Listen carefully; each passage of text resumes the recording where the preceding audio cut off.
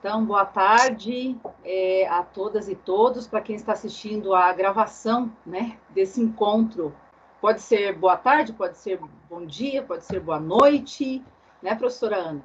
Então, estamos aqui para iniciar mais uma aula e, ao mesmo tempo, mais uma apresentação, mais uma convidada que nós teremos, né, nesses encontros que estamos fazendo, dessa disciplina que estamos ofertando pelo programa de pós-graduação em letras, que trata preferencialmente da obra de Paulo Freire.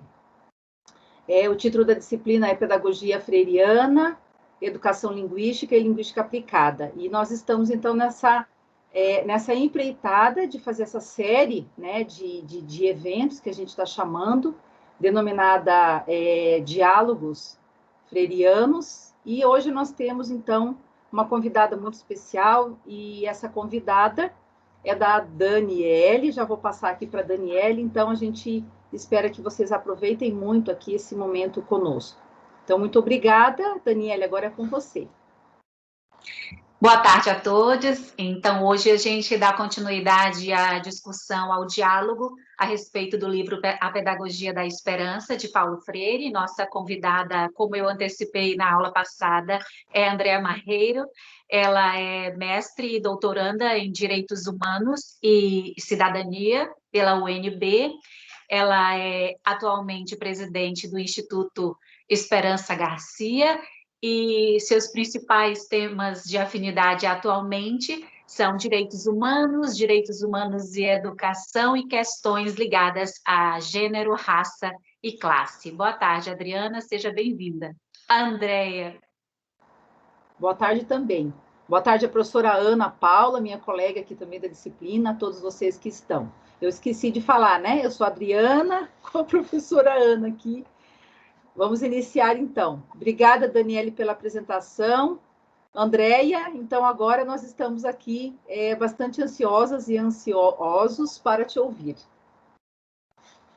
Boa tarde, professora Adriana. Boa tarde, professora Ana. Boa tarde, professora Daniele. É uma alegria enorme estar aqui com vocês. Através, né, dos cumprimentos dessas que eu nominei, eu cumprimento todas as pessoas que estão aqui nessa sala, desejando muito que vocês estejam bem na medida do possível, lembrando em solidariedade as mais de 400 mil pessoas que tiveram suas vidas ceifadas por esse projeto genocida que está em curso. Eu manifesto também minha solidariedade a todos os familiares, a todas as pessoas que estão nesse momento vivendo o luto dessas perdas tão dolorosas. E agradeço enormemente o convite para estar aqui, né, hoje conversando sobre Paulo Freire, que para mim é um dos maiores alimentos, né, a sua produção teórica, a sua produção intelectual, o seu testemunho de vida é um dos maiores alimentos de esperança, da possibilidade da gente seguir comprometidas com a construção das nossas vidas e seguirmos comprometidas com a transformação do mundo, mesmo em meio a tantos desafios, a tantas dificuldades, a tantas barbaridades que a gente testemunha, né, nesse mundo, muitas vezes extremamente perverso, né, desigualmente perverso. E com isso eu manifesto também a minha indignação e o meu pesar pela chacina que aconteceu ontem no Rio de Janeiro, ceifando mais de 25 vidas de pessoas que compunham aquela comunidade. Dito isso, eu queria conversar, né, com vocês hoje sobre o que eu tenho elaborado teoricamente a partir de uma experiência que venho construindo há mais, eu preciso dizer isso, né? Não são aí mais de 15 anos de compromisso com a educação, mas especialmente há 4 turmas, né, de uma experiência, de uma pós-graduação em Direitos Humanos. Então, nesse momento, eu estou no doutorado, investigando e refletindo sobre essa experiência que tem acontecido, né, aqui no Piauí. Eu falo do Piauí, de Teresina, que é essa experiência dessa pós-graduação lato sensu. Gostaria de começar com Paulo Freire, né, dizendo que esse é um projeto sonho, foi assim que ele foi nomeado desde o início, e falar que ele é um projeto sonho não é simplesmente uma retórica, né? É, na verdade, evidenciar que esse projeto ele nasce de uma compreensão do sonho como algo político que movimenta as nossas vidas, né? Lá, exatamente na Pedagogia da Esperança, que é esse livro que acho que media nossa conversa hoje, né? O nosso encontro hoje, é essa compreensão que sonhar não é apenas um ato político necessário, mas também essa conotação da forma histórica social de estar sendo de mulheres e homens. Faz parte da natureza humana que dentro da história se acha em permanente processo de tornar-se. E é nessa compreensão, né, de fazendo-se e refazendo-se no processo de fazer a história como sujeitos e objetos, mulheres e homens, virando seres da inserção no mundo e não da pura adaptação ao mundo, que terminaram por ter no sonho também o motor da história. Não há mudança sem sonho, como não há sonho sem esperança. Então, esse projeto, ele nasce dessa compreensão do sonho como política e do sonho como um motor da história, e com essa convicção de que não há nenhuma possibilidade de mudança sem sonho, mas que também não há sonho que se sustente sem esperança. Então, esse projeto, né, sonho, nomeado de pós-graduação em Direitos Humanos Esperança Garcia, ele nasce muito antes de 2016, quando essa primeira turma foi lançada. Eu diria que ele nasce ali desde quando eu fui nesse processo, né, me tornando gente, pessoa, e dentro dos processos de educação que vivia, me sentia muito instigada, muito provocada e muitas vezes incomodada com aquela educação, muitas vezes recebida, né, pelos vários espaços formais de educação que eu passei, então pelas escolas, numa perspectiva bancária que não considerava as diferenças, que não considerava as subjetividades, que não considerava os saberes das pessoas que estavam ali, né? Parecia um processo extremamente autoritário, arbitrário, e um processo que gostaria muito mais de medir sobre a nossa capacidade de memorização, de decorar as informações que eram repassadas, do que a nossa capacidade de construir a partir daquilo que era ofertado, de refletir a partir daquilo que era apresentado, né? E especialmente assim de se construir a partir daqueles conhecimentos. Então esse projeto eu acho que a primeira vez que eu ouvi falar sobre Paulo Freire foi em 2000, que eu ouvi falar sobre Paulo Freire não, mas que eu li Paulo Freire foi entre 2006 e 2007, quando eu ingressei na universidade. E lá, eu ingressei para o curso de Direito na Universidade Estadual do Piauí, e ali muito incomodada, né, com a reprodução dessa educação bancária, eu me questionava sobre os sentidos que me levaram até ali, que eram os sentidos de justiça social, que era um sonho de pensar que através do direito eu poderia contribuir, né, num processo de transformação da sociedade. E aí aqui vale dizer que é uma questão interessante, né, que eu tinha essa expectativa muito grande de que na universidade isso seria possível, porque todas as vezes que eu questionava, especialmente, né, os professores ali no ensino médio, eu escutava que aquelas minhas inquietudes, elas encontrariam abrigo quando eu entrasse na universidade, né? Então, era quase como uma promessa, assim, de que agora você precisa vivenciar esse processo de educação bancária e você precisa assimilar o maior número, né, de conhecimentos e de tudo isso que está sendo passado a você para que você passe no vestibular. Eu sou uma mulher negra de pele clara, filha da classe trabalhadora. Naquele momento, a única possibilidade de fazer eu estou falando de 2006, né, a única possibilidade de ingressar na universidade, na educação superior, era via vestibular, né, para as universidades públicas, e eu escutei muito da minha mãe a vida toda de que eu precisaria estudar muito para passar no vestibular, porque eu não teria outra possibilidade, ela não teria possibilidade de pagar uma faculdade privada, né, ou qualquer coisa assim. E aí, então, eu tinha essa expectativa. E quando cheguei no curso de Direito, na verdade, a educação bancária, ela só se afirmou com ainda mais força, né, e aquilo foi uma inquietude muito grande. E foi lá na universidade em que eu tive com contato com os movimentos estudantis, então primeira vez, um contato com a obra de Paulo Freire.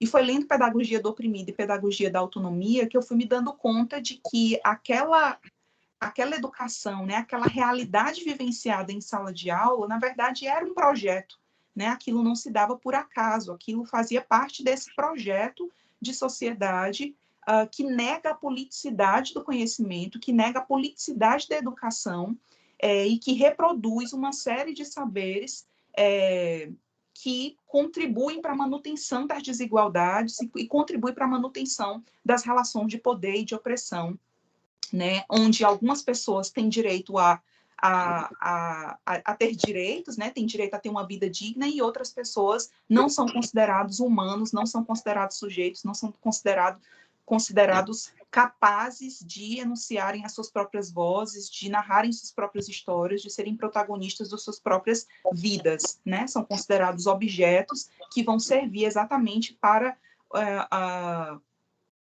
quem, né, a educação vai servir, na verdade, para ser esse processo de adestramento, de domesticação, de docilização desses corpos, para quem, portanto, não interessa esse desvelamento da politicidade da educação. Então, foi ali, a partir também desse contato com o movimento estudantil e de uma construção coletiva com outros colegas, outros e outras colegas, que nós fundamos um projeto de assessoria jurídica universitária popular chamado Corage, que era o Corpo de Assessoria Jurídica Estudantil. As AJUPs, elas são um projeto que existem em várias universidades brasileiras, especialmente de um modo mais intenso nas universidades públicas, né? Eles se articulam através de uma rede chamada Renaju, que foi criada em 1999, e as AJUPs, elas têm como objetivo exatamente denunciar, né, esse processo também do direito enquanto uma ferramenta utilizada pelas classes dominantes para manter as relações de poder e de opressão, e, de um outro lado, entender também como que a educação ela se alia a isso, né? Então, como a educação jurídica ela se dá daquela forma não por acaso, mas porque ela está a serviço desse projeto dominante. Então, acho que ali tem uma semente, né, desse processo de me tornar-se humana, né, de ir me tornando humana nos termos do que o Paulo Freire fala, e foi ali, eu já tinha vontade de ser professora, foi ali que eu decidi que esse seria meu caminho. Nesse curso, a presença de professores, havia uma precariedade também, uma precarização muito grande da própria educação ali, né, colocada, então, uma dificuldade muito grande de fazer pesquisa, de fazer educação, tanto pelo projeto, mas também pela precariedade da própria formação daquele corpo docente. E eu fui fazer pesquisa com professoras da educação, e nós fazíamos extensão também, né, em diálogo com outros cursos da universidade. As AJUPs, elas nascem dentro do curso de Direito, mas elas têm esse compromisso também, né, com a interdisciplinaridade, por essa compreensão de que a gente só pode pensar a complexidade do mundo, né, com a religação desses conhecimentos. E aí, então, ali eu reafirmo o meu desejo de ser professora e vou fazer essa seleção do PPGDH, que é esse Programa de Pós-Graduação em Direitos Humanos e Cidadania, que, é preciso dizer, né, nasce como uma conquista de um movimento histórico no Brasil, que pretende instituir a educação em direitos humanos como política pública, e aí lá com a conquista do Plano Nacional de Educação em Direitos Humanos, a gente tem a previsão, então, desses cursos de pós-graduação estrito sensu, né, a nível de mestrado nas universidades brasileiras. Já havia ali algumas experiências, mas algumas experiências geralmente dentro dos cursos de direito, né? Daqui a pouquinho eu vou falar mais um pouco também por que isso acontece. E aí eu sou dessa primeira turma, né, do mestrado de Direitos Humanos e Cidadania, e lá decido estudar a obra de um jurista chamado Roberto Aguiar, e Roberto Aguiar é um desses autores importantes das teorias críticas do direito, que vai também fazer uma reflexão muito crítica à educação jurídica, né? Especialmente num livrinho dele que chama Habilidades. E aí, concluindo esse mestrado, defendendo essa dissertação, eu volto para Teresina e começo a ser, passo numa seleção para ser professora substituta na Universidade Federal do Piauí, lá ministro pela primeira vez a disciplina de Direitos Humanos, que era uma disciplina optativa, e a partir dessa experiência, né, e refletindo sobre essa experiência, que em 2016 eu, então, construo a primeira turma dessa pós em Direitos Humanos, e nomeio essa pós-graduação de Esperança Garcia. E aí aqui eu acho que tem algumas questões, né, que eu gostaria de dialogar com vocês. Tem uma questão fundamental na construção dessa experiência, né? Uma primeira questão fundamental que foi essa iniciativa, esse reconhecimento de que seria muito importante nomear a pós-graduação, de que nomear essa pós-graduação seria uma ação que contribuiria para evidenciar a politicidade desse processo educacional. E aí, essa é uma primeira questão, né? Nomear essa pós-graduação de Esperança Garcia tinham duas implicações muito importantes. A primeira implicação é de que eu estava dizendo de que direitos humanos eu estava falando, né? E aí isso importa porque direitos humanos é essa categoria, né? O Boaventura de Souza Santos vai dizer isso, essa categoria que carece de uma precisão conceitual, né? De que tem uma imprecisão teórica ali que a ronda. E ele vai usar esse termo, ela carrega consigo uma ambiguidade conceitual, então, ora ela serve para projetos de regulação, para alimentar projetos de regulação, e a gente não pode esquecer, né, que foi em nome dos direitos humanos, por exemplo, que os Estados Unidos invadiu o Iraque, né, mas de um outro lado, especialmente depois da queda do Muro de Berlim, essa linguagem vem sendo utilizada por movimentos sociais e por grupos historicamente silenciados como uma linguagem que vai alimentar projetos de emancipação, né? Projetos que estão comprometidos com a vida digna para todas as pessoas. Né? Então, essa linguagem, ela é uma linguagem que serve muito bem para variados contextos, que é utilizada por variados grupos para falar sobre coisas distintas, né? Então, direitos humanos é uma espécie de embalagem que a gente precisa se perguntar o que ela tem dentro, né? Porque muitas vezes é falado, em nome dos direitos humanos, se apresentam projetos diferentes e projetos conflitantes, né? Não só diferentes, mas conflitantes. Então, essa é uma questão fundamental. Eu estava ali dizendo que eu estava falando de direitos humanos a partir desse lugar, dessa perspectiva de mulheres negras, de uma mulher negra, né, nordestina, de uma mulher negra piauiense, de uma mulher negra do interior do Piauí, né, da zona rural do Piauí, se é que podemos dizer dessa forma. E aí tem uma segunda questão que é algo fundamental para a educação em direitos humanos, que é a dimensão da memória, né? Então, quem é Esperança Garcia? Afinal de contas, quem é essa mulher? E eu perguntaria a vocês, né? Vocês já ouviram falar sobre Esperança Garcia? Vocês conhecem a história dessa mulher? Então, para quem já ouviu falar, eu peço licença, mas eu vou contar para as pessoas, então, que nunca ouviram falar sobre Esperança Garcia. Esperança Garcia foi uma mulher negra escravizada que viveu no século XVIII, no interior do Piauí, e ela escreve um documento para o governador da capitania. Só um instante, eu vou... Muitas pessoas balançaram a cabeça. Eu vou ler para vocês esse documento. Eu sou uma escrava de Vossa Senhoria da administração do capitão Antônio Vieira do Couto, casada. Desde que o capitão lá foi administrar, que me tirou da fazenda Algodões, onde vivia com meu marido, para ser cozinheira da sua casa, eu passo muito mal.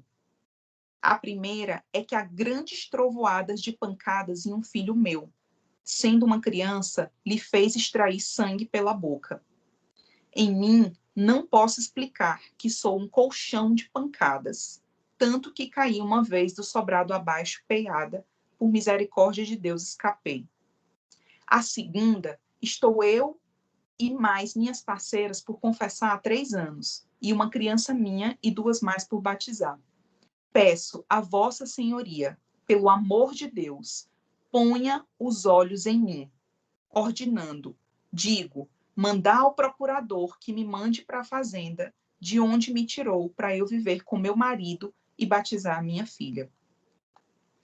Esperança escreve esse documento para o governador da capitania de São José do Piauí, como era chamado naquele momento, em 1770, século XVIII, mais de 100 anos antes da abolição formal da escravidão no Brasil. Esse documento chega até nós na década de 70 por um historiador e antropólogo chamado Luiz Motti, quando ele estava escrevendo a dissertação de mestrado dele, e aqui no Arquivo Público do Piauí ele encontra esse documento. Ele publica esse documento na dissertação, que chama Piauí Colonial, e diz, olha, esse documento é um achado histórico, porque naquele momento, esse é o argumento que ele usa, né? Nos estudos historiográficos, é muito raro você encontrar documentos do século XVIII que fale sobre mulheres. Imagine um documento escrito por uma mulher negra escravizada. Então, ele publica o documento, diz, né, que esse documento precisa ser, enfim, estudado e analisado, né, por futuros pesquisadores e pesquisadoras, e naquele momento a gente tem esse documento, então, tornando-se visível, né? Essa voz, a voz de Esperança Garcia, tornando-se visível aí para o mundo, né? E o movimento negro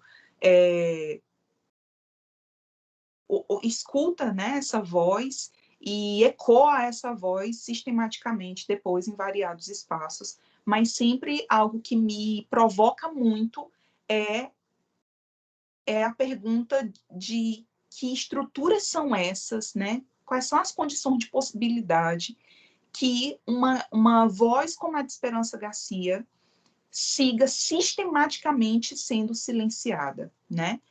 Importa dizer que em 1999 esse documento ele foi, por reivindicação do movimento negro, ele inspirou a instituição do Dia Estadual da Consciência Negra aqui no Piauí. Então, 6 de setembro, que é a data desse documento, é o Dia Estadual da Consciência Negra no Piauí. A gente tem, por iniciativa do movimento negro, uma série de iniciativas, de movimentos de mulheres nomeados de Esperança Garcia. A gente tem uma estátua de Esperança Garcia no Centro de Artesanato, aqui em Teresina, mas sistematicamente, né? Não é raro, inclusive aqui no Piauí, Daniele pode falar um pouco sobre isso, né? Não é raro que muitas pessoas digam que nunca escutaram falar sobre Esperança Garcia. Então, eu pergunto, né? Que estruturas são essas? O que possibilita que a história de Esperança Garcia seja uma história silenciada, seja uma história que não está presente nos mais variados espaços de memória, nos mais variados espaços de poder, nas instituições que organizam as nossas vidas nesse país. E foi por isso, então, que eu decidi ali que a nomeação também seria de Esperança Garcia, porque é algo que sempre me provoca muito pensar, inclusive, que tardiamente eu tive o direito de saber essa história, né? E aí, então, ali era esse esforço também de visibilizar essa história, e depois disso, a gente vive vivendo um processo muito, muito importante, eu penso, né, de visibilização dessa voz. Eu vou falar disso mais lá no final. Além disso, uma outra decisão, uma outra característica, né, dessa experiência foi a decisão a decisão política, né, e teórica de convidar professoras do corpo docente ser inteiramente protagonizado por professoras. Então, todas as professoras do curso são mulheres, e essa também foi uma decisão absolutamente comprometida, né, encharcada desse compromisso com a transformação da realidade que o Paulo Freire nos convoca, né.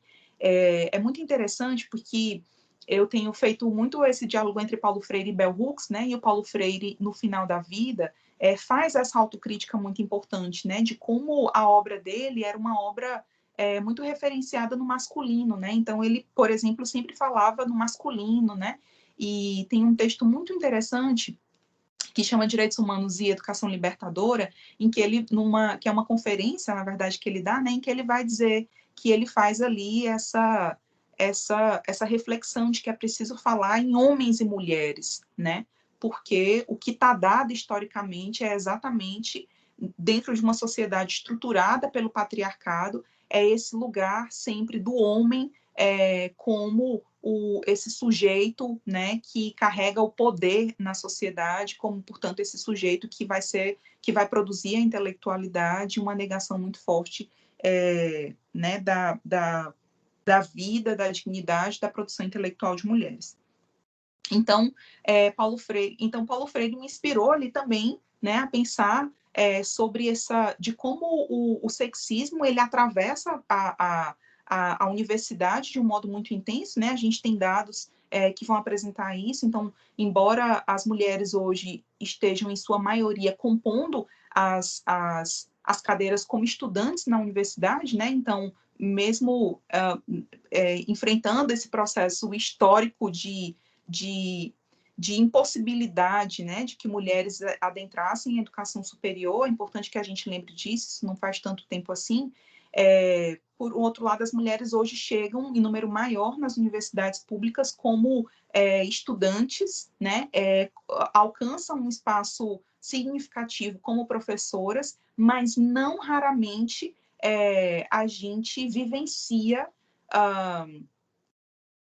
processos de desigualdade de gênero muito intensos na universidade, né, e na produção intelectual, seja numa perspectiva do que os nossos corpos são alvo, né, então seja no assédio sexual, no assédio moral, seja numa perspectiva de desprivilégio mesmo nas próprias distribuições de bolsas, né, basta que a gente olhe lá a disposição, por exemplo, das mulheres que ocupam espaços de poder, né, nos cargos de chefia da universidade, e mais ainda, que é ainda mais absurdo, a quantidade de mulheres que estão ali, por exemplo, recebendo bolsas de produtividade, né, da CAPES. Então, todas as mulheres da pós, elas são professoras nessa decisão política de enfrentamento desse sexismo que estrutura ainda, né, a sociedade brasileira.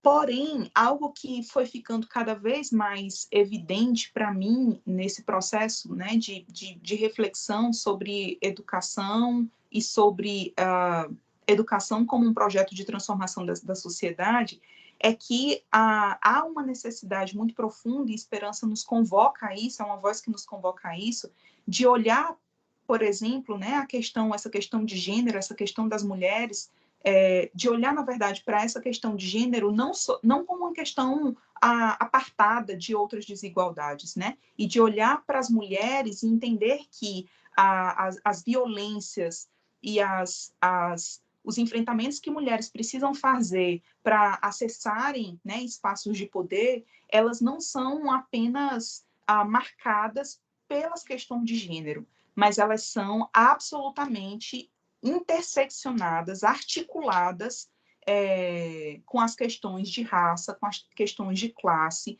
com as questões de orientação sexual, com as questões de identidade de gênero, com as questões geracionais e com as questões regionais, né? Entre outras que a gente poderia nomear aqui. Então, a interseccionalidade, né, que foi esse conceito cunhado pela Kimberlé Crenshaw em 1989, mas que foi um conceito, é um conceito que tem suas raízes muito antes de Kimberlé, né, e tem suas raízes por elaborações teóricas de intelectuais negras, como Lélia Gonzalez, como Angela Davis, como Sueli Carneiro, e que é, inclusive, uma elaboração teórica que nasce do movimento de mulheres que estão historicamente resistindo, né? Veja que eu estou falando de Esperança Garcia de 1770, né? Século XVIII. Então, são lutas históricas de resistência que vão nos chamar a atenção para não olhar as desigualdades, os marcadores de opressão como questões estanques, como questões isoladas.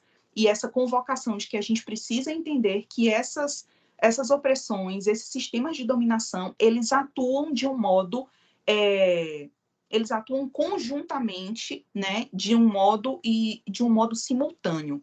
Então, essa é uma questão muito fundamental, né, nesse processo que eu penso que esse processo foi cada vez mais, né,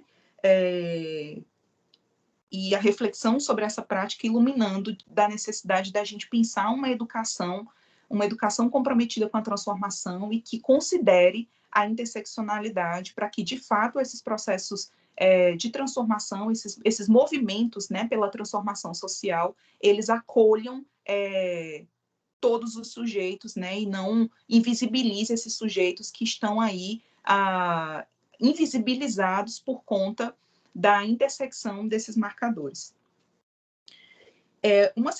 Uma outra questão é em relação à interdisciplinaridade, né? Então, a gente tem um desafio gigantesco quando fala de direitos humanos, porque, de um lado, a gente tem um senso comum midiático, digamos assim, né, que é um senso comum muito difundido e que todos nós escutamos e que todas nós, provavelmente, que estamos aqui, eu espero, reconhece que é um senso comum, que é essa ideia reproduzida especialmente, né, pela mídia, mas também em outros espaços, como direitos humanos é direito de bandido, direitos humanos é para humanos direitos. A gente olha isso e a gente fala, né, nossa, que absurdo, e é absurdo mesmo.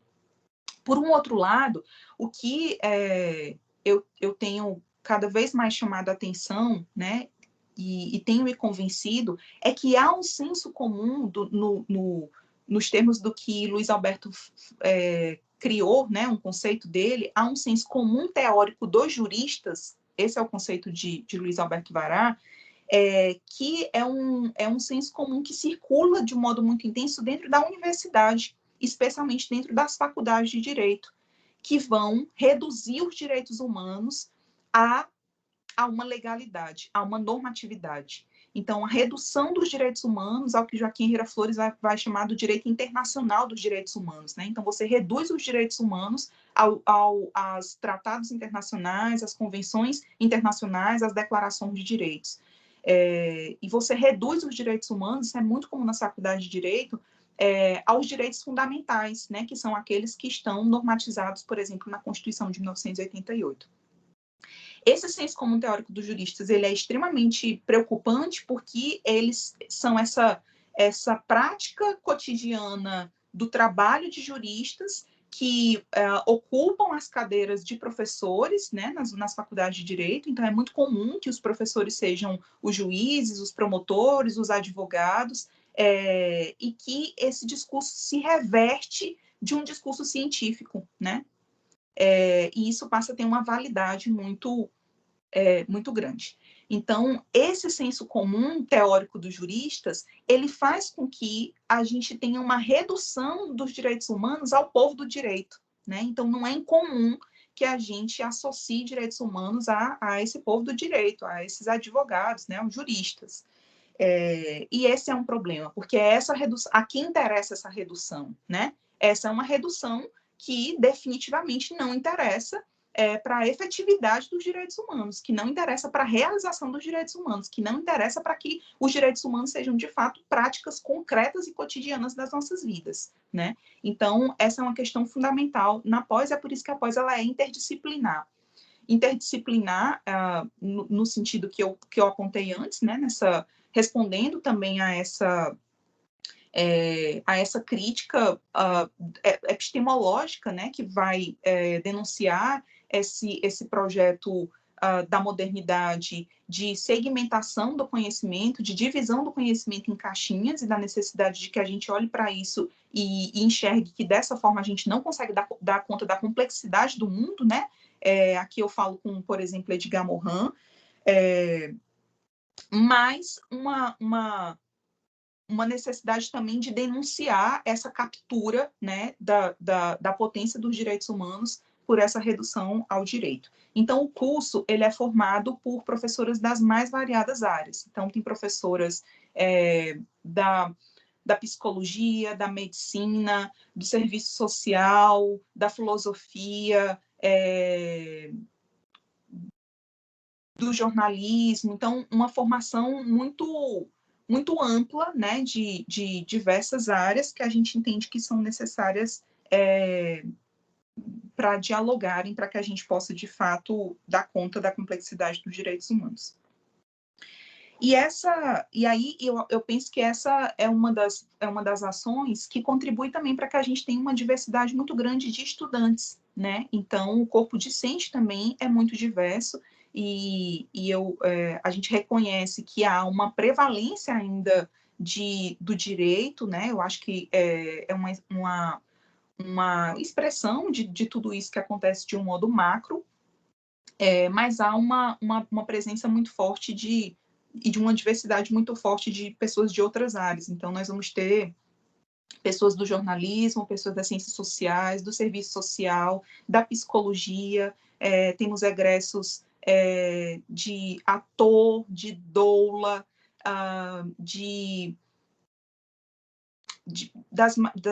da arquitetura, né? Então, de profissionais de áreas muito diversas que estavam ali comprometidas com essa formação teórica política sobre direitos humanos.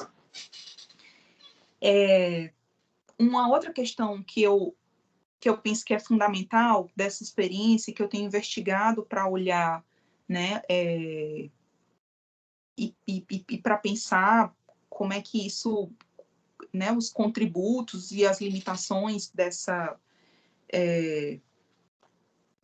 desse espaço, né, empírico, desse campo empírico, de alguma forma, a religação entre razão e emoção.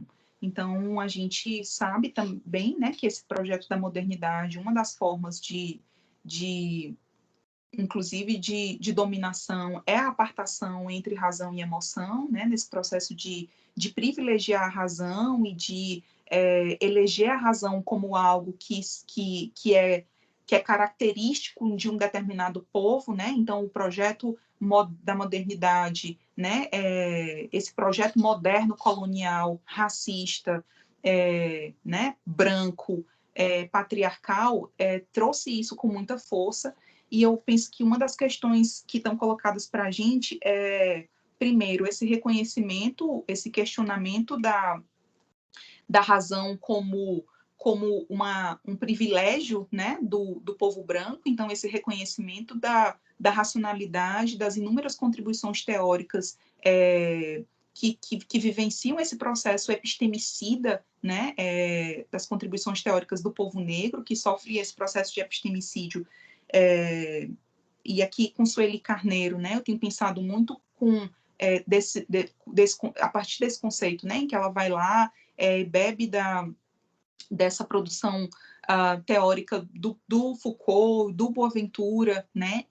Mas faz essa redefinição, né? Esse redesenho de entender que esse biopoder, ele é um biopoder racializado, de entender que esse epistemicídio, ele é um epistemicídio que acontece especialmente, né, sobre os saberes do povo negro, seja numa perspectiva de silenciamento, né, numa perspectiva de morte, numa perspectiva de ataque ou numa perspectiva de apropriação, e pensar como é que, então, de um outro lado, a gente tem a negação da emoção como um saber, né?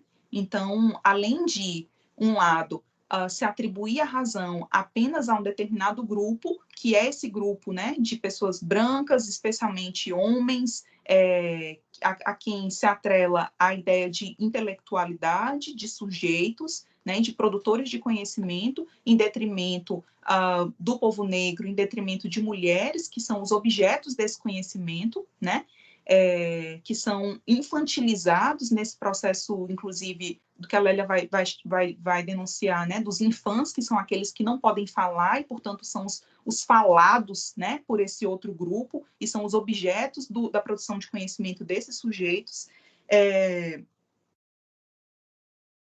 Aliado a isso, uma negação da emoção como saber, né? E essa apartação muito presente entre a razão e a emoção e da desvalorização da emoção como conhecimento. E aí a gente tem pensado muito que essa, né, essa apartação, ela é uma estratégia de dominação, ela é uma estratégia de fortalecimento, né, nesse processo de colonialidade do saber, do poder e do ser, e como é que a gente pode pensar, então, processos e projetos de educação em direitos humanos que considere a emoção como saber e que entenda a necessidade da religação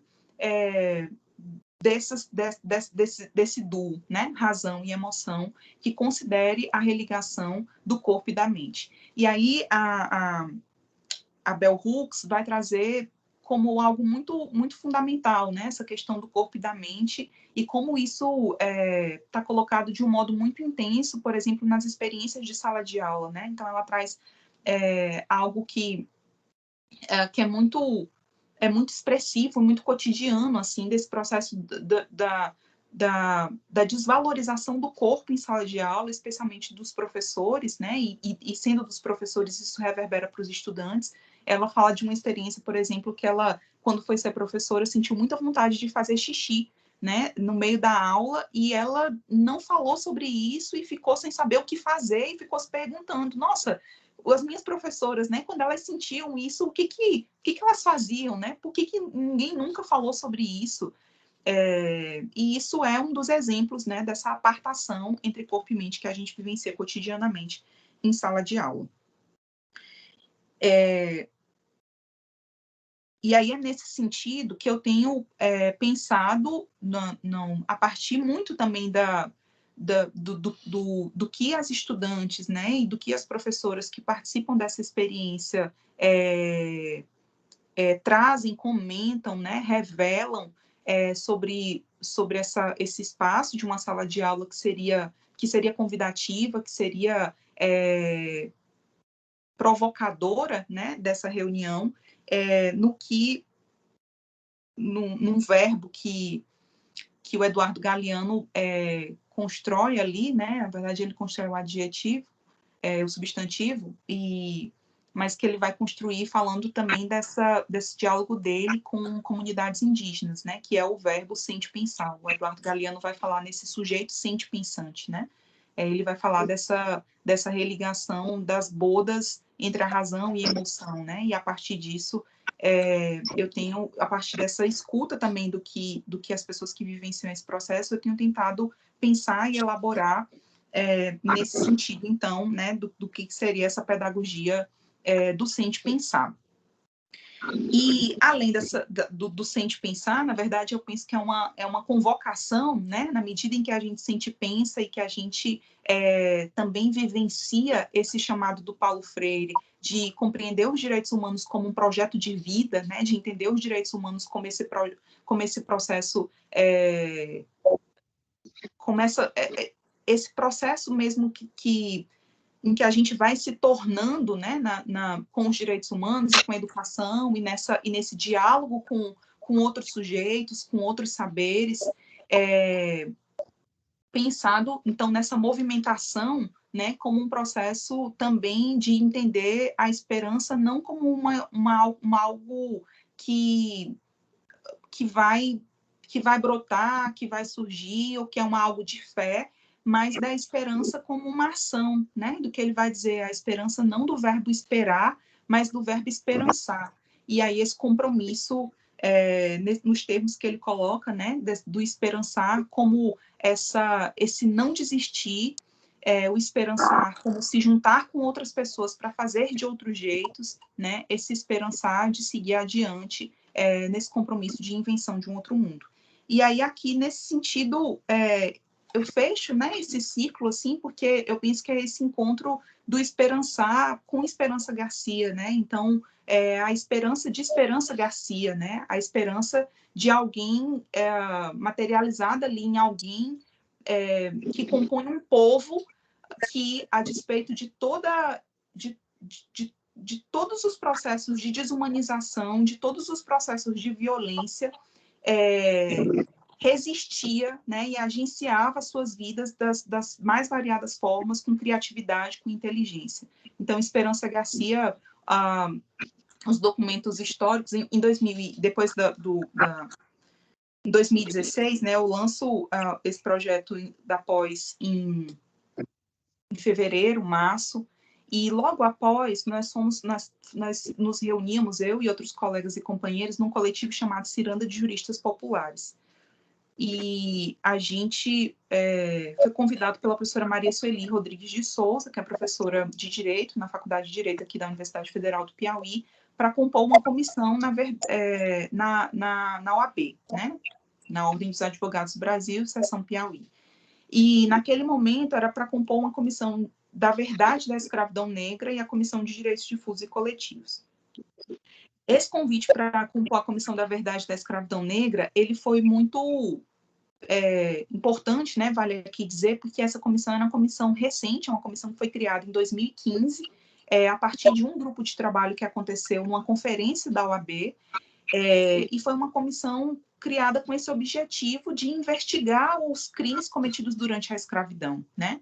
Essa comissão, ela tinha como objetivo, ela tinha, na verdade, como uma metodologia muito parecida com a Comissão da Verdade, criada pelo Poder Executivo, então, no governo Dilma, para investigar os crimes cometidos durante a ditadura militar, né?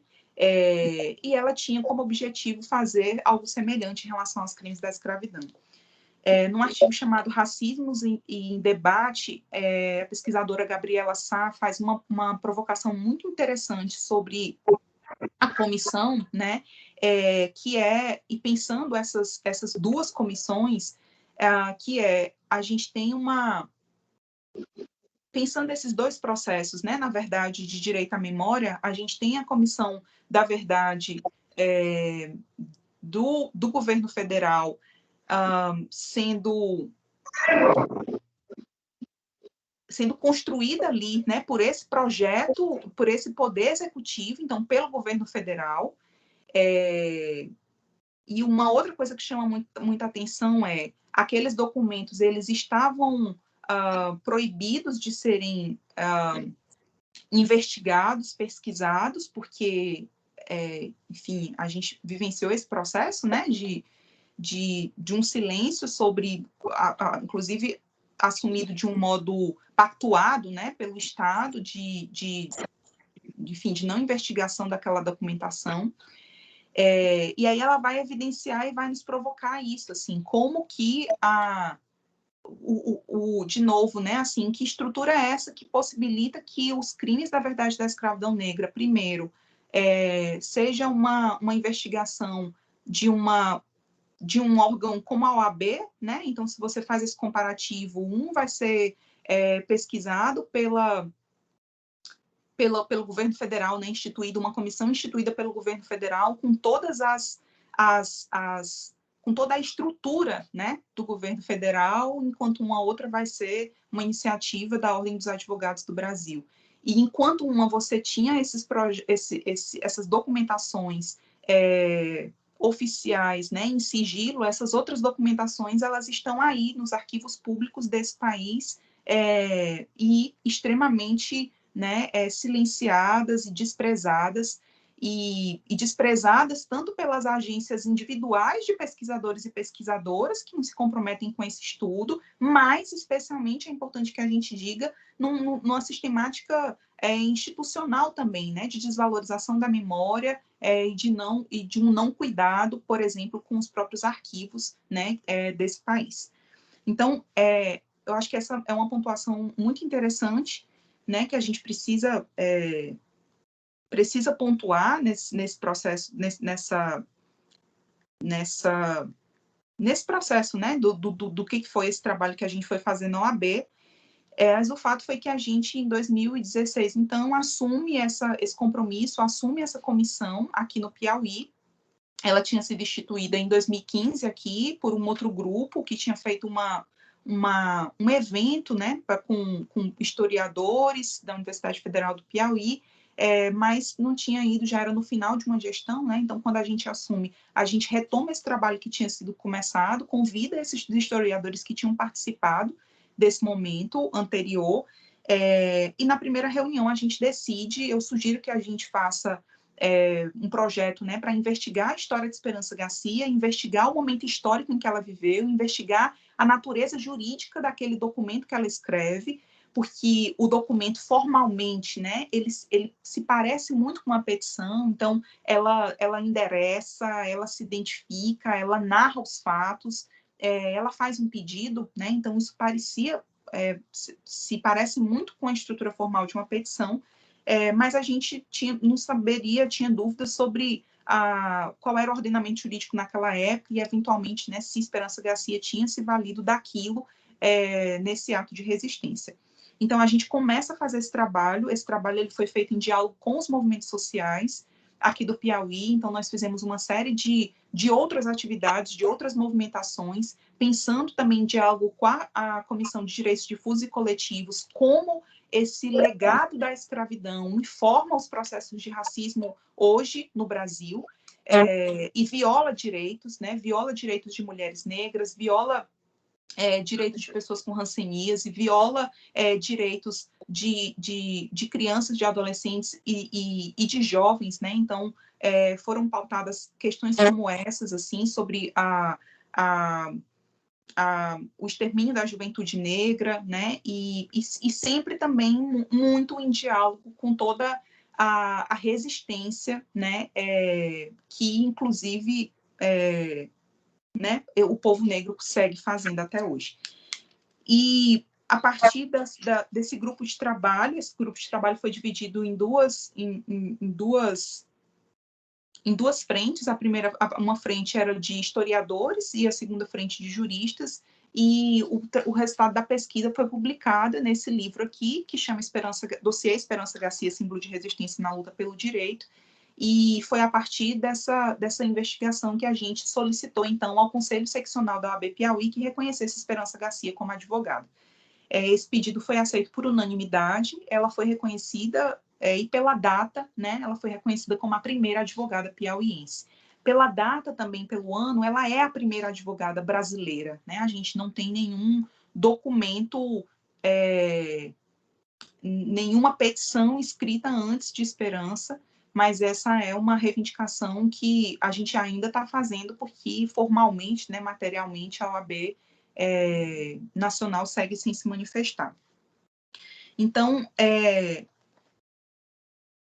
a partir, né, desse reconhecimento, a gente entende também que esse reconhecimento, né, um dos nossos objetivos aqui nesse processo de resgate dessa memória, de rememoração da história de Esperança Garcia, de reconhecimento do que ela foi, a gente objetiva também fortalecer as lutas do presente, né? Então, o lançamento desse livro, ele aconteceu no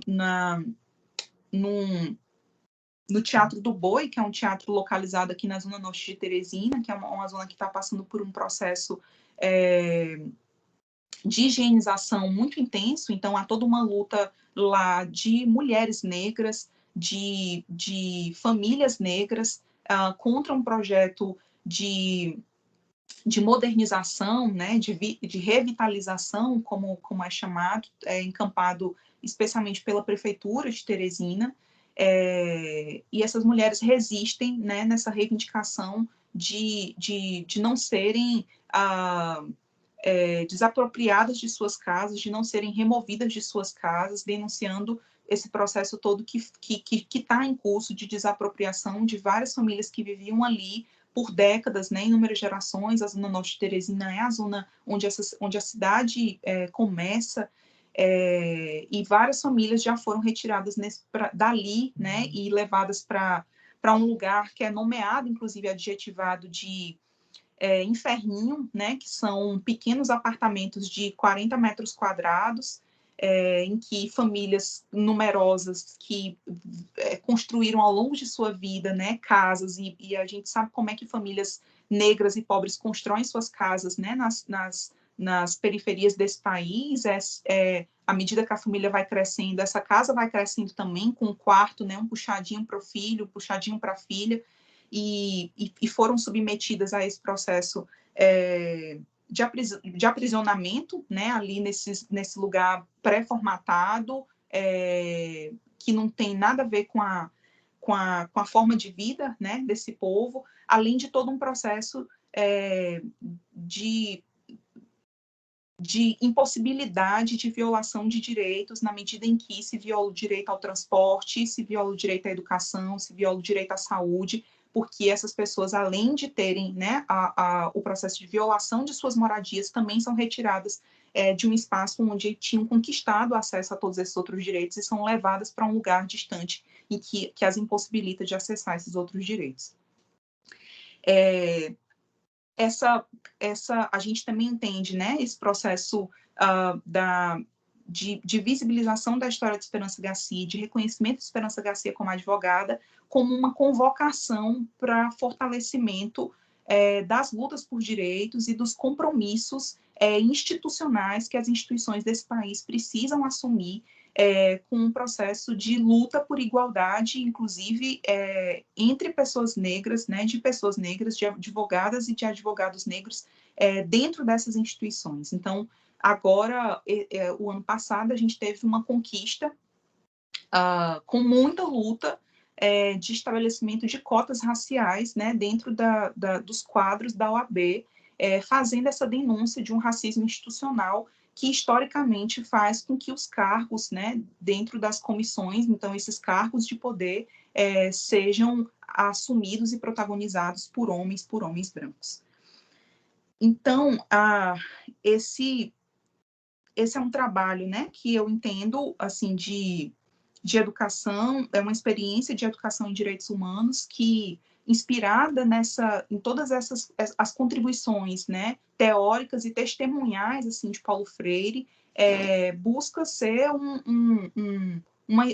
uma experiência, né, que se some aos esforços de toda a luta por educação que a gente vivenciando nesse país, que se some aos esforços das lutas empreendidas pelo movimento negro nesse país, para que os saberes, para que a história, né, afro-brasileira e africana seja instituída nos espaços de educação, nesse processo de reconhecimento da construção de uma educação que seja comprometida com o seu povo, com a dignidade do seu povo, e, portanto, para isso, que seja comprometida com a transformação social.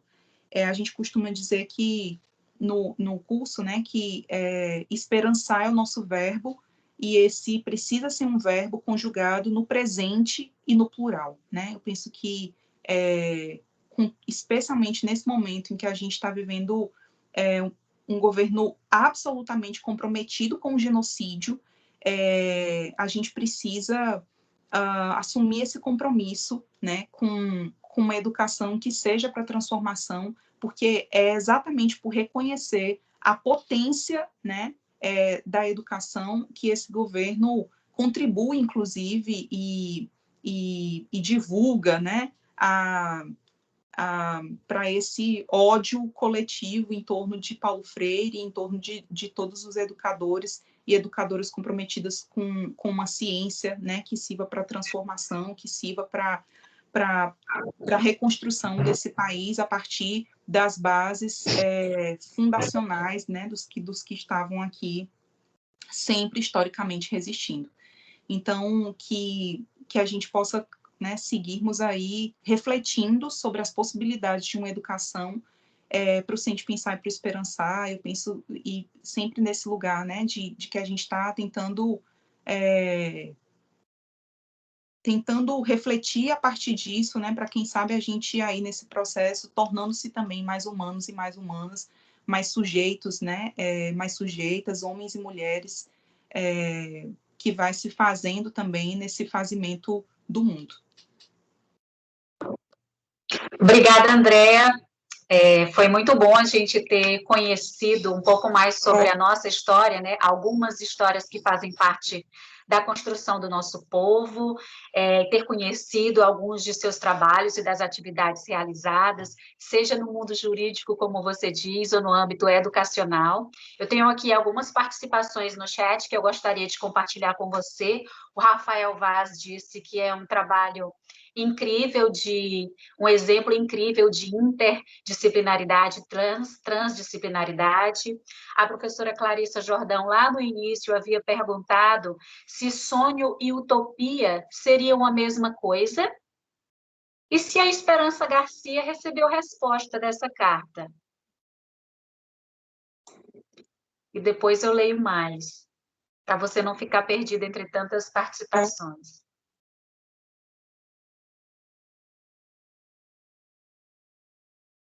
A gente falou muito de sonho, né, também na aula passada, você também no início, essa sua educação feminista e antirracista é baseada nos sonhos possíveis. E aí, então, qual seria a diferença entre sonho e utopia? Obrigada, Daniele. Agradeço ao Rafael, né, pelo comentário, e sobre as perguntas de Clarissa, não é isso? Clarissa, eu penso que essa é uma boa pergunta, né? Utopia, né? Eu lembro sempre muito de Eduardo Galeano, né? Em diálogo com um amigo dele, né? O Fernando, quando ele vai dizer que a utopia é isso que está no horizonte, né? E a gente dá 2 passos e ela se afasta 2 passos, né? A gente dá mais 2 passos e ela se afasta. E aí faz essa pergunta, né? Para que serve a utopia? E ele diz, para que a gente não deixe de caminhar, né? Então, eu acho muito interessante pensar no sonho também como esse horizonte, né? Como esse horizonte que nos coloca em movimento. Mas eu tenho uma impressão do sonho como algo... Aqui é só uma impressão mesmo, assim, eu confesso a você que eu nunca tinha pensado sobre essa diferença, Clarissa, mas agora, né, o que me vem você perguntando é que eu penso no sonho muito mais como esse alimento cotidiano mesmo, sobre o que a gente é capaz de imaginar, sobre o que a gente é capaz de vislumbrar, né, sobre o que a gente... e aí eu acho que tem uma dimensão também muito concreta do sonho, que são os sonhos que a gente sonha quando a gente dorme, né? Eu acho que isso que eu acabei de falar seriam os sonhos acordados, mas eu acho que tem uma dimensão dos sonhos quando a gente dorme. Estou me lembrando aqui de um diálogo do Ailton Krenak com o Siddhartha Ribeiro, em que eles falam sobre o sonho, né? E muito nessa perspectiva, eu penso também, assim, de religar e de reconectar isso também que está apartado por esse projeto da modernidade, né? Que é o nosso inconsciente do nosso consciente. Então, não sei, assim, eu iria por aqui.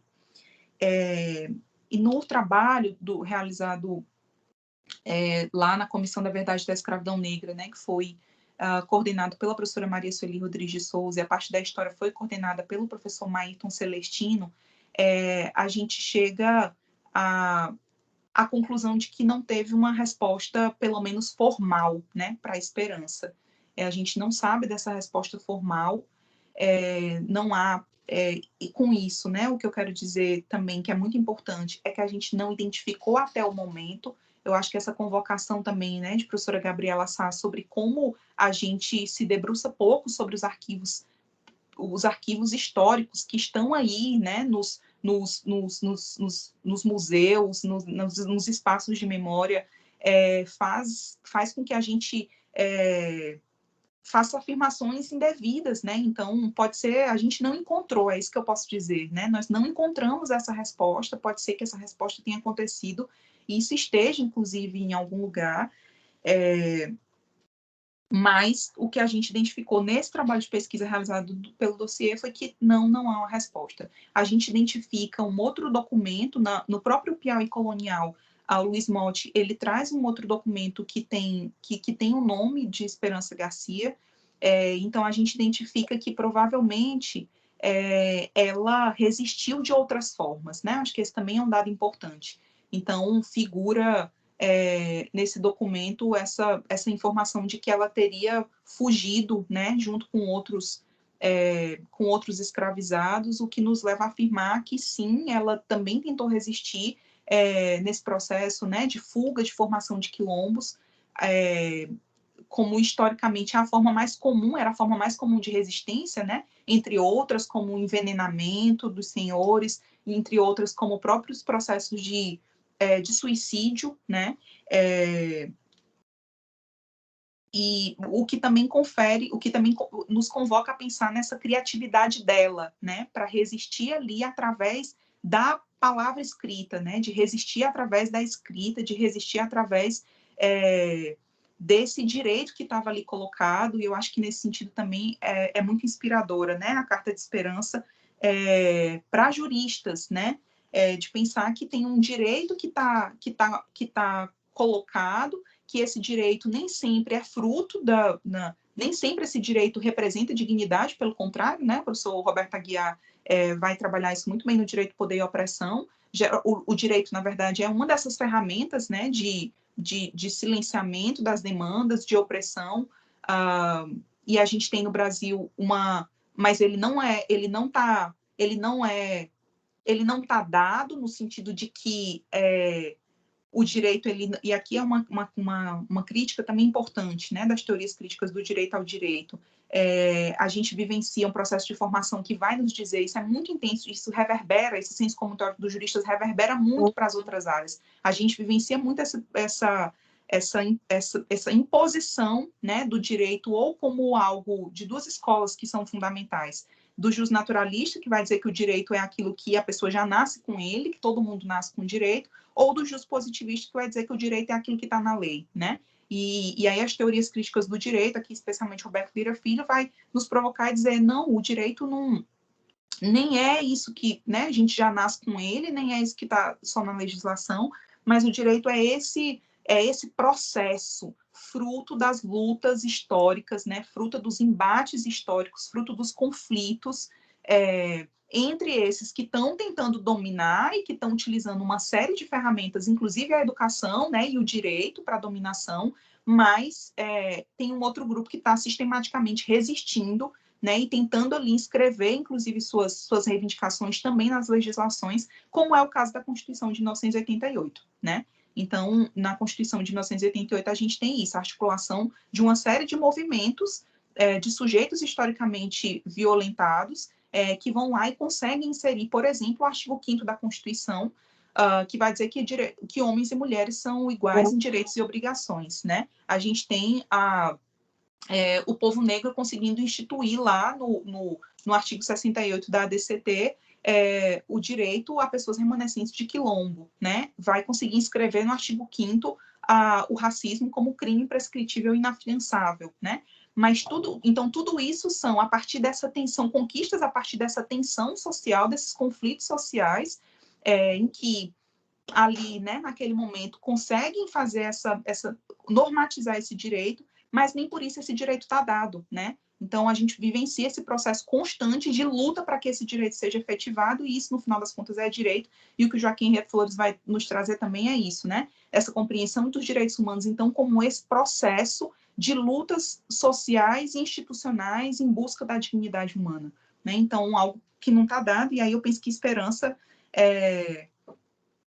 nos inspira, né, porque a gente não saber se ela recebeu resposta, né, ou a gente poder afirmar nesse trabalho que a gente não identificou essa resposta, na verdade, nos convoca para esse processo, né, para se engajar nesse processo e entender que essa é uma luta permanente, né, e que é permanente até hoje, e que a gente pode se inspirar nisso que ela fez há mais de 250 anos atrás, que foi olhar para aquilo que estava instituído e pensar como é que ela poderia resistir a partir daquilo que estava dado, né? Onde é que ela poderia encontrar brechas, onde é que ela poderia buscar atuação, né, ali, e reivindicar dignidade para ela, seus filhos e suas companheiras.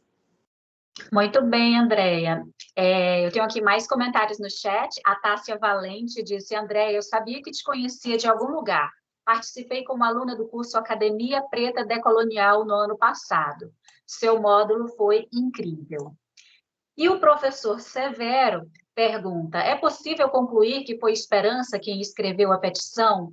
Não sei se é uma questão importante dentro do direito, mas fiquei pensando na exclusão dos povos escravizados sem acesso à escola regular. E, na sequência, o Rafael Vaz gostaria de fazer uma pergunta. Gente, vocês podem ficar à vontade, tá bom? Abram seus microfones. Você quer que eu repita a pergunta do Severo? Acho que deu para pegar. Então Se por acaso, né, vocês quiserem, se eu não der conta, por favor, não hesitem em trazer novamente. Tássia, eu fico super feliz de saber que você estava lá nesse curso. Essa foi uma iniciativa muito importante realizada pela professora Michele Carvalho, junto com uma colega de trabalho. Michele é egressa da pós em Direitos Humanos Esperança Garcia. Né, eu acho que você trazer isso me lembra e me faz pensar também, né, sobre os frutos dessa experiência. A professora Michele Carvalho já era doutora quando fez parte dessa pós-graduação, e agora é professora da Universidade Federal do Maranhão, né, e lá construiu essa iniciativa o ano passado, que foi uma iniciativa muito potente, convidando uma série de intelectuais negras, né, espalhadas pelo Brasil, na construção desse curso chamado Academia Preta Decolonial. Então, eu te agradeço por lembrar, Tássia. E em resposta ao Severo, o que a gente tem, né, desse documento hoje é uma fotografia tirada pelo Paulo Gutenberg. O Luiz Motti encontra esse documento em 1970, no arquivo 70, não vou lembrar exatamente o ano, mas ele encontra esse documento lá no arquivo público e e aí o Paulo Gutenberg tira essa fotografia. Essa fotografia, ela está assinada por Esperança Garcia, ela assina Esperança Garcia. Então, é por isso que a gente sabe que foi, né, por isso que né, é um documento atribuído a ela, que está assinado por ela. Em relação à sua pergunta sobre educação, eu acho que aqui tem várias questões, né, que eu fico que são muito importantes de serem pontuadas. A primeira delas é que esse processo de negação da educação formal a pessoas negras foi um processo que aconteceu ali no pós-abolição como uma política de Estado, né? Então, isso não se deu por acaso. Na tese de doutorado da Sueli Carneiro, né, especialmente lá no capítulo 3, quando ela vai falar sobre epistemicídio, ela traz isso de um modo muito intenso, né? Como que é preciso lembrar que o Brasil foi o último país das Américas a abolir formalmente a escravidão, e esse processo de abolição ele não se deu como narra historicamente como historicamente, né, a gente tem essa narrativa oficial que vai dizer que o processo de abolição se deu pelas mãos da princesa Isabel, né? Eu acredito que todas e todos nós aqui, em algum momento na escola, escutou essa história, né, gente? Essa é a história oficial. A história oficial é que é uma mulher branca extremamente generosa, chamada Princesa Isabel, libertou os escravos.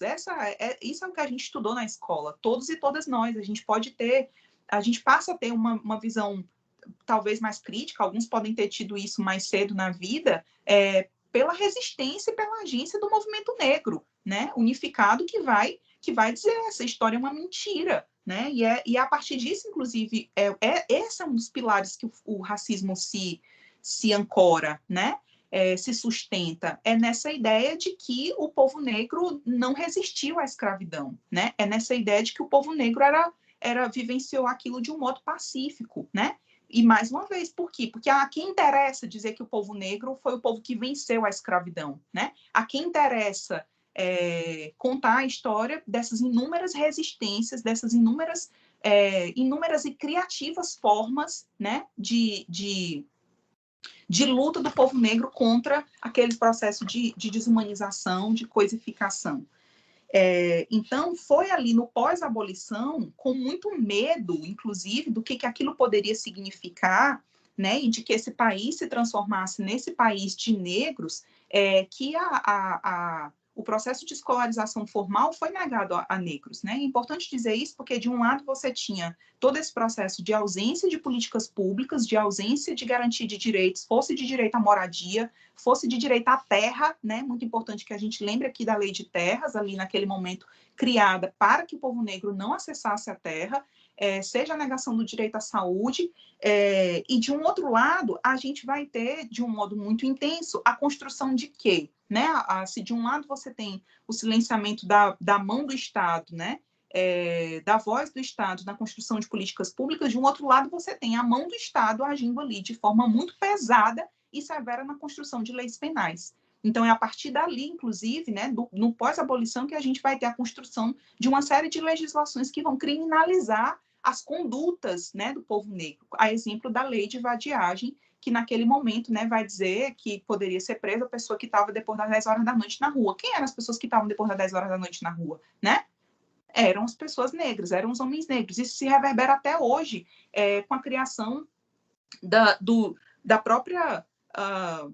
enfim, dos tipos penais, né, como o tráfico de drogas, como furto, como roubo, que são um dos grandes responsáveis pelo processo de encarceramento de pessoas negras, que não por acaso, mas exatamente porque são crimes patrimoniais, são crimes cometidos, são crimes que levam pessoas negras, que capturam pessoas negras para as prisões. E é exatamente isso, é muito importante, né, a gente fazer esse esforço para pensar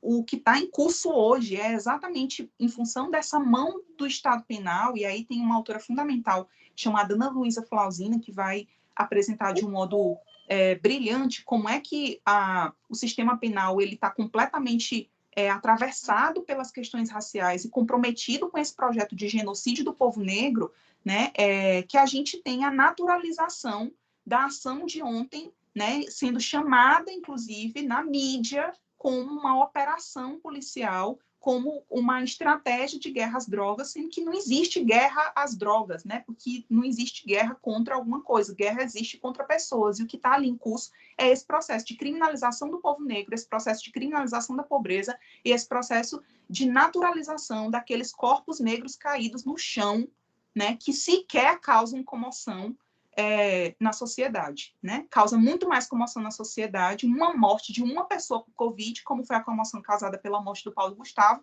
do que o assassinato, a chacina de 25 pessoas numa comunidade no Rio de Janeiro.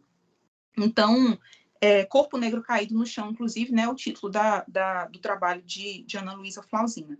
Então, eu penso, Severo, que esse é um processo, né, muito... que faz parte, que está localizado dentro desse contexto. Então, a gente tinha ali essa negação desse espaço da educação. É muito importante, eu penso, lembrar que o movimento negro unificado sempre pautou a educação como algo fundamental, sempre foi uma reivindicação fundamental, e não por acaso foi o movimento negro unificado que conquistou a alteração da LDB e a inserção da lei, né, com a Lei 10.639, de 2003, a inserção no artigo 21A sobre a obrigatoriedade do ensino da história e da cultura afro-brasileira e africana nos estabelecimentos, né, de escolas de ensino médio e fundamental. É muito importante que a gente fale isso, porque a gente tem um processo sistemático de silenciamento dessa legislação, de silenciamento dessa obrigatoriedade, de um modo comum. É muito comum que as escolas não cumpram com essa legislação, e que a gente, assim como a gente está vendo um silenciamento das instituições, é o que aconteceu lá em Jacarezinho ontem, a gente também vê um silenciamento das instituições que não se comprometem em cumprir com essa legislação. E, de um outro lado, a gente tem um processo material muito forte também, né, de que quando essa legislação ela é cumprida, entre aspas, ela é cumprida de um modo extremamente ainda colonizador e que esvazia o debate, né, sempre ali colocando, reificando esses processos de objetificação, né, do povo negro, do povo indígena, seja numa perspectiva pitoresca de colocar as crianças para se vestirem de indígenas, numa perspectiva pitoresca de colocar, de sempre abordar, né, a data como uma lembrança à alimentação, né, à comida ou à cultura, porque se entende isso como algo menor e jamais no lugar, por exemplo, de intelectualidade, e não por acaso, né, enfim, a gente vivencia esse processo desse epistemicídio, que eu penso também que é um dos maiores desafios em termos de pensar a educação em direitos humanos hoje, né, isso não sei o que estou dizendo, mas os estudos, né, sobre educação em direitos humanos apontam para isso. Assim, a gente tem um desafio gigantesco epistemológico e metodológico, né, e eu penso que o desafio epistemológico está nesse sentido, assim, da gente reconhecer que a educação e os direitos humanos, eles precisam enfrentar esse epistemicídio e considerar a intelectualidade negra que produziu interpretações sobre esse país a despeito de todos os processos de violência, a despeito de todos os processos de negação, de silenciamento, né, de suas falas, de suas produções. E aí, penso também que é fundamental, Severo, lembrar que o compromisso do movimento negro unificado também com as cotas raciais, né? E acho que isso é fundamental porque nos últimos anos a gente vivencia a gente tem visto, né, uma produção intelectual de pessoas negras fruto dessa muito mais intensa e diversa, né, fruto dessa política pública, mas que está o tempo todo sendo atacada, né, está o tempo todo sendo questionada. Não por acaso a gente tem mesmo aí de tantos anos, né, depois da instituição da política na graduação, uma dificuldade muito grande ainda na pós-graduação, né? Então, sempre uma luta muito constante, porque a gente segue sem querer reconhecer que o mito da democracia racial é um mito que sustentou todo esse processo de violência, né, que constitui aí as bases do Estado brasileiro. Embora Lélia Gonzalez estivesse lá, né, desde a década de 70, denunciando esse mito da democracia racial e dizendo que é impossível a gente construir uma sociedade que se entenda, né, plural, que se entenda justa, sem romper com todo esse processo que foi feito ali pelas elites brasileiras no pós-abolição, de negação da humanidade de pessoas negras e de uma importação, inclusive, né, de uma política, de instituição de uma política de imigração, né, que trouxe que tinha toda ali uma política eugenista, no sentido de que os trabalhadores livres desse país fossem pessoas brancas, né, muito nesse ideário de um branqueamento da sociedade brasileira. Então, eu penso que que essas questões são importantes para a gente pensar que, sim, a gente precisa pensar, acho que sua pergunta era nesse sentido, né? Precisa pensar a educação formal para pessoas negras e indígenas, mas a gente também não pode perder de vista que esse lugar é um lugar extremamente colonizado e que a gente precisa pensar que nós temos muito a aprender com esses pensadores e pensadoras que historicamente não estiveram nesse lugar e que a entrada de jovens estudantes negros e negras hoje na universidade precisa ser nesse sentido, né, de ampliar as nossas referências e não no sentido de embranquecer esses sujeitos, né, com todas as teorias, né, brancas que ainda vigoram com muita força, brancas e masculinas com muita força na educação brasileira. E aí, com isso, né, só para não perder a oportunidade, porque às vezes esse é um debate que fica muito na superficialidade, quando eu estou falando, né, de teorias brancas e masculinas, eu não estou me referindo exclusivamente aos sujeitos, né? Não é porque é um sujeito branco masculino que escreveu a teoria, mas eu estou falando de um lugar social, eu estou falando de um lugar de poder. E quando eu trago isso, é no sentido também não de desconsiderar esses conhecimentos que são importantes, que são fundamentais e que alguns, inclusive, são muito interessantes para pensar o Brasil, mas numa convocação de que a gente alargue, de que a gente amplie, de que a gente diversifique, né, de que a gente enfrente esse processo de epistemicídio, porque isso vai nos garantir, nos possibilitar, pelo menos, né, se garante, mas nos possibilita construir um conhecimento muito mais alargado e que nos permite analisar a realidade da sociedade brasileira com muito mais sofisticação, né, e complexidade, que é o que a gente precisa. Que são problemas complexos, então problemas complexos precisam, né, de olhares complexos, de interpretações complexas, de teorias que vão nos ajudar a pensar essa complexidade.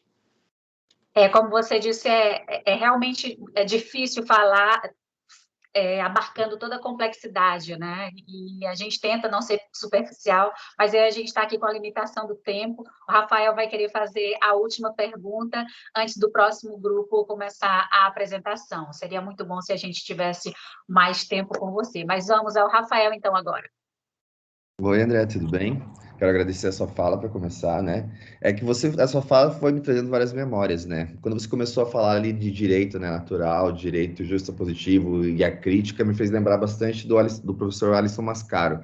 Ele é o pensador que tem mais me ajudado a entender o Brasil hoje, assim, né? Principalmente a luta de classes que a gente tem tido desde o golpe, começou lá atrás. Na verdade, uma luta de classes que já está, sei lá, bastante forte desde 2013, 2014. E tentando entender essa luta de classes que está acontecendo, quem está no poder e todas essas coisas, eu fico com medo do seguinte, né? Eu acho que as pessoas às vezes colocam muito o perigo desse governo numa pessoa do Bolsonaro. E eu acho que para mim ele tem um papel muito simples e limitado ali. Ele está ali para chamar atenção, para falar merda, para dar notícia e para muitas vezes as coisas que realmente são mais importantes elas acontecem escondido, né? Elas ficam lá atrás. A gente tem um Guedes aí que está destruindo nosso país, vendendo tudo a preço de banana. Tem várias coisas que ficam escondidas porque ele fica ali falando coisas que ofendem as pessoas, né? Fica falando de jacaré e coisas que não fazem sentido nenhum a gente perder nosso tempo falando daquilo, para a gente não perceber o que está lá atrás, né? Então, a minha pergunta, na verdade, né? Para mim, a gente tem um projeto de poder do Exército para voltar no poder desde que eles deram um golpe, né? O Bolsonaro, ele fazia desde 2013, pelo menos, ele já fazia campanha dentro do Exército, né? O Mourão já fazia campanha com ele desde 2017, dentro dos Exércitos, né? Coisa que eu acho que nem deveria acontecer. Então, o Bolsonaro, ele é uma peça que está ali, que tem pessoas que estão por atrás, que vão mandando o que está acontecendo de verdade. A minha pergunta, então, como que a gente tem que lutar contra esse Bolsonaro, que com certeza é uma pessoa terrível, que a gente tem que tirar do nosso governo, mas a gente não achar que tirar ele do governo vai resolver muita coisa, porque o projeto de poder, de classe que está no poder, é muito maior do que uma pessoa. Então, como que a gente luta sabendo lutar contra esse cara, mas entendendo que o problema é bem maior? Né? Não sei se ficou claro o que eu queria saber. Muito obrigado.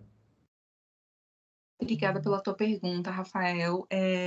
Sim, né, essa sua pergunta ela é fundamental porque a gente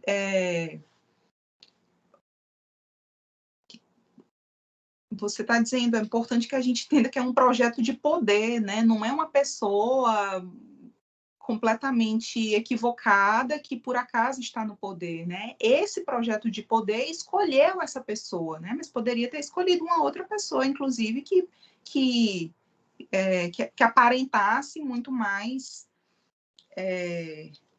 palatável, né, acessível em termos do que a gente entende por humanidade.